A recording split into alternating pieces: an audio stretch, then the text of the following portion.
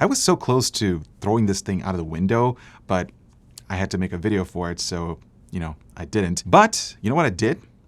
I actually bought myself an iPhone. Good people, this is the Google Pixel 6 Pro. I was really excited to get my hands on this device for two main reasons. The first one being the upgraded camera sensors compared to its predecessors, because if you know me well, I'm always fond of Pixel's computational photography, ever since the launch of the Pixel 2. I mean, that phone just changed the whole smartphone camera game. The second reason was Google's custom-designed SoC called Tensor, because we all know Google makes the software for Android smartphones, so why not just make the processor to run that software to optimize the experience even better, kind of like what Apple does with their iPhones. Now, Google has had a pretty interesting track record with their smartphones over the past 5 years. It's just so inconsistent to a point where I can't even tell which demographic these phones are catered towards, with the exception of the Pixel A series, of course. Take the Pixel 4, for instance, that was launched back in 2019. You had the standard $800 model and the $900 XL model.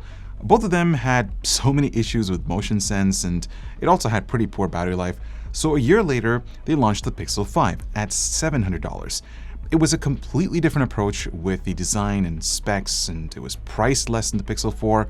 I honestly loved the compact form factor, the flat display, great camera, and solid battery life. I thought Google wanted to play it safe and compete with the mid-range sub-$700 smartphone market. And now we're here with the Pixel 6 at $600 and the Pixel 6 Pro at $900. Now, I don't have the regular Pixel 6, so I'm going to solely focus this video on the Pixel 6 Pro because for its price, it's back in the league to compete with the big boys from Samsung, OnePlus, and I guess you can also include Apple. Now, I got this phone back in October last year. I transferred my SIM card and all of my data from the Pixel 5, and I started to use it as my daily driver. The first thing that stood out to me right away was the massive form factor compared to my Pixel 5. I mean, this thing is huge. We're talking a solid 0.71 inches of difference in screen size, which is a lot. It made handling super uncomfortable, even though I have supersized hands. It sticks out like a sore thumb when you place it inside your jeans. Reaching the top icons within an app required a little bit more effort, and on top of that, the entire back is made out of Gorilla Glass Victus with this glossy finish, which is the ultimate recipe for an affair with your fingerprints.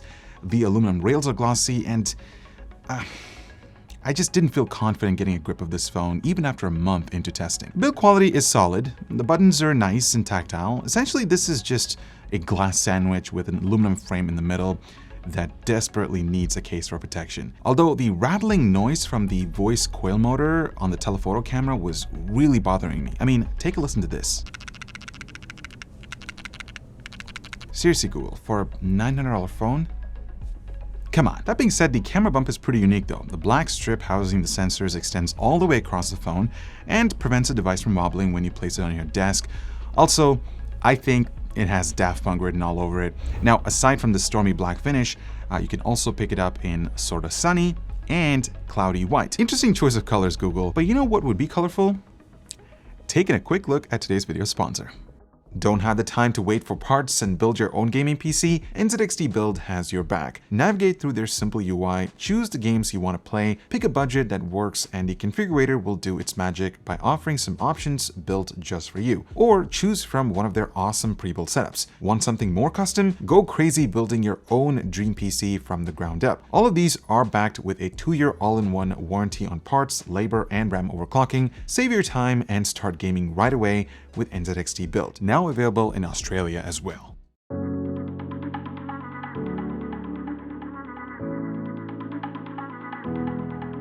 The display on the Pixel 6 Pro spans across 6.71 inches, and the resolution is Quad HD. Now, unlike the regular Pixel 6, this one actually curves around the edges. Honestly, it's not what I was looking forward to, since I had numerous issues with ghost touches while scrolling through Twitter, YouTube, or Instagram. I just don't get the deal with curved screens. I mean, just give us a flat, functional display and call it a day. Now, the quality of the screen is really good. You are getting an AMOLED panel with deeper blacks and rich colors, and there are 3 color modes that you can choose from. I guess one of the positive aspects of having a larger screen is being able to enjoy watching content in landscape mode, especially if you Netflix a lot. It also features LTPO, meaning the refresh rate adapts between 60 and 120 Hz to extend battery life. My experience has been pretty smooth with a few occasional stutters within certain apps, especially with YouTube, but the recent update with the software fixed that problem. If you do want to force 120 Hz full time, there is an option within the developer settings to do so, but be prepared to sacrifice your battery life. Speaking of which, was actually pretty good on the 6 Pro. You see, Google jammed a massive 5,000 mAh battery inside this massive phone, and given that they designed the Tensor processor, there is that power efficiency factor to consider while running native Google applications. Initially, when I started using the phone, I was averaging between 5.5 to 6 hours of screen on time, and over the course of these past 3 months, a few software updates have improved that slightly, but not by all that much. Sometimes I've had this thing last for a solid 2 days without having to plug it in, but keep in mind that I do have dark mode enabled, so that could be a contributing factor. It also supports fast charging up to 30 watts, wireless charging up to 23 watts, which is how I juice up my phones. And it also has reverse wireless charging if you want to juice up your low-powered wireless devices. So overall, I wasn't really worried about battery life using this thing day in and day out. Although it still sucks that it doesn't come with a charger in the box. Welcome to 2022, people. The fingerprint reader has been shifted from the back to the front underneath the display, and initially I had a hard time getting this thing to work. You see, it is an optical reader, which requires light to shine through the glass to read your fingerprint, but I was out of luck 50% of the time. It was honestly so frustrating that I had to rely on the pattern unlock to get in.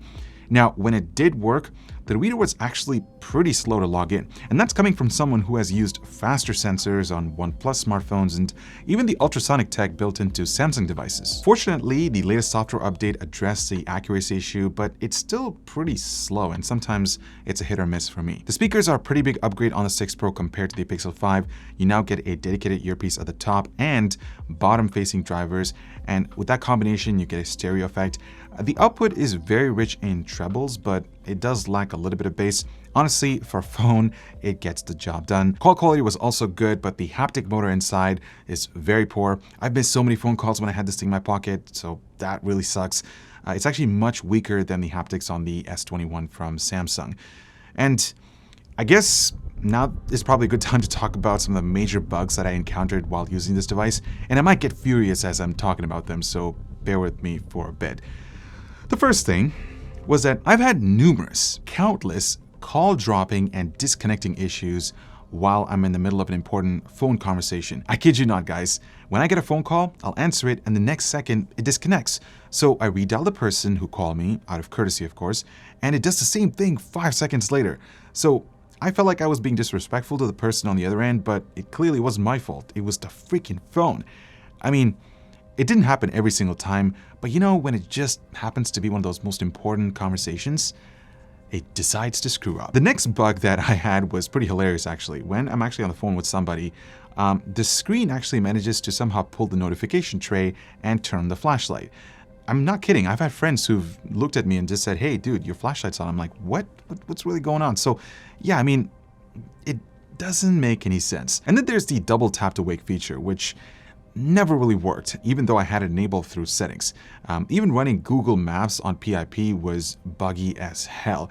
It wouldn't expand if I tapped on it, and let alone, it wouldn't even jump into Google Maps in full screen mode, but that's more of an Android 12 issue. I mean, the list just goes on and on if you're on Reddit, reading through posts from people who are on the same boat as I am.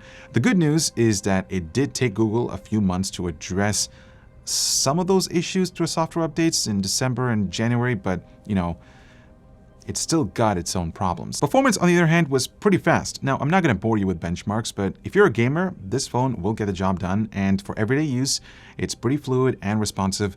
Multitasking works really well thanks to 12 gigabytes of RAM. That's the most that I've seen on a Pixel smartphone. As for storage, the base model comes with 120 gigabytes, but if you're willing to pay more, you can go up to half a terabyte. Shifting gears to Android 12, and what can I say? This is probably the biggest visual overhaul that I've experienced in a while. I've created a separate video going over the new operating system, so make sure to check that out. But in a nutshell, you get a new lock screen with some cool animations when you log into the device. The notification tray is redesigned with everything being bigger and bolder and somewhat cluttered in my opinion.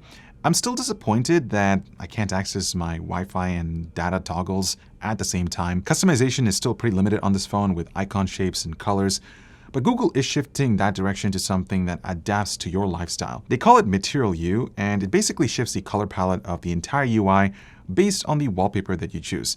It's pretty cool, but after 3 months into testing, their themed icons is still in beta mode.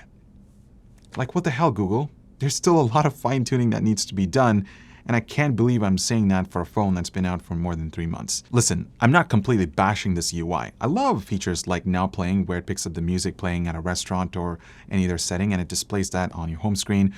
Google Assistant is fast and really good at managing my smart home devices. Assisted voice typing is pretty dope. It's scary how accurate it is. There is a dedicated privacy dashboard for that extra layer of security if you want to know whether an app is accessing your camera or your microphone. In a way, I think Google designed the Tensor chip inside this phone to process these tasks efficiently and faster. So if you still love that vanilla, pure Android experience, this is it. Actually, this is the only thing you can get. The last thing I want to go over is the camera performance. This is probably the biggest upgrade in the sensor department since the Pixel 2. You are greeted with a triple camera setup featuring a 12 megapixel ultra-wide, a 50 megapixel standard wide, and a 48 megapixel telephoto with 4x optical zoom. I've been dreaming for this setup on a Pixel smartphone for years, and the results are really good. The ultra-wide has great dynamic range with the color shifting a bit towards magenta, especially if you examine the shadows. It's not as detailed as something like the OnePlus 9 Pro, but I certainly prefer the look of the Pixel over Samsung, for instance, in the ultra-wide department. Side note, you also don't get a wider field of view compared to something like the iPhone 13 Pro. But if you switch gears to low light, man, this ultra-wide is bananas.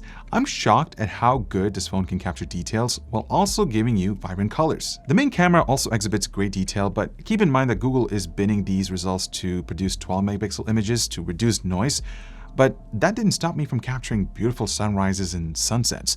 Also, the results when you switch to night mode are more realistic compared to previous generations. I never thought that I would be able to capture a photo like this on a smartphone. I will say Google's HDR processing has gotten a little aggressive this time, and you can tell when you examine the shadows. Given that this is a larger sensor, expect that fringing around subjects. This is a known issue with every smartphone boasting higher megapixels.